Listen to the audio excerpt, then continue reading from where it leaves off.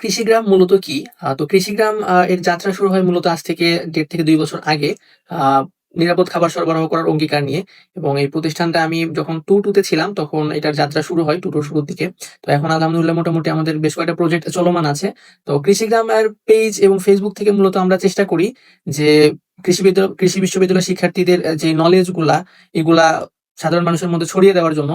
এবং আমি সহ এখানে আরো অনেক মেধাবী স্টুডেন্ট আছে যারা কৃষি বিষয়ে বিভিন্ন সমস্যার সমাধান নিয়ে আমাদের পেজের ভিডিওতে বা আমাদের যে WhatsApp গ্রুপ বলেন বা YouTube এ, এই জায়গাগুলোতে আমরা বিভিন্ন কৃষিভিত্তিক সমস্যার সমাধান দেয়ার চেষ্টা করব।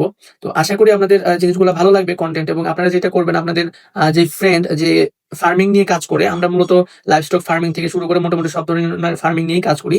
এবং আমাদের লাইভস্টকে যারা ডিভিএম বা পশু চিকিৎসক আমরা যেটাকে বলি, ভেটেরিনারি সার্জন, তারা থাকবে। তাদের ভিডিও আপনারা তাদের কাউন্সেলিং পাবেন। তাদের কাছে বিভিন্ন সমস্যাগুলো শেয়ার করতে পারবেন।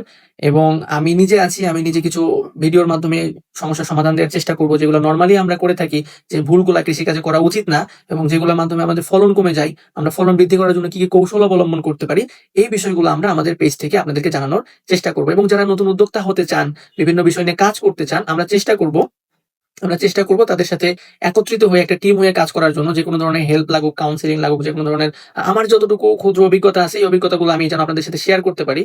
আপনার যে ফ্রেন্ডরা ফার্মিং করতে চায় তার সাথে আপনি আমাদের ভিডিওগুলো শেয়ার করতে পারেন, যাতে সেও উপকৃত হইতে পারে। কারণ ফার্মিং এর সবথেকে একটা বড় প্রবলেম হচ্ছে লস, এবং এটা খুবই সেনসিটিভ ভাবে কাজ করতে হয় ফার্মিং এ। তো আমরা চেষ্টা করব আমাদের বাস্তব অভিজ্ঞতাগুলো আপনাদের সাথে শেয়ার করার জন্য।